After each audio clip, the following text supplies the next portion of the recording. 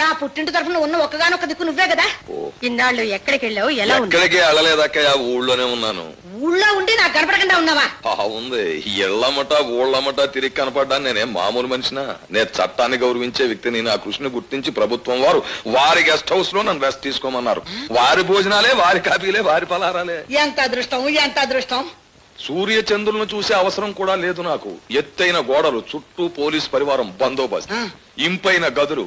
ఆ గదిలో కాలు మీద కాలేసు కూర్చుని భవిష్యత్తును గురించి బ్రహ్మాండమైన ప్లాన్లు వేసుకోవడం తప్ప నాకు వేరే పనే లేదు. ఏమి యోగం, ఏమి యోగం. అందరికి కావాలంటే మాత్రం పడుతుందట్రా.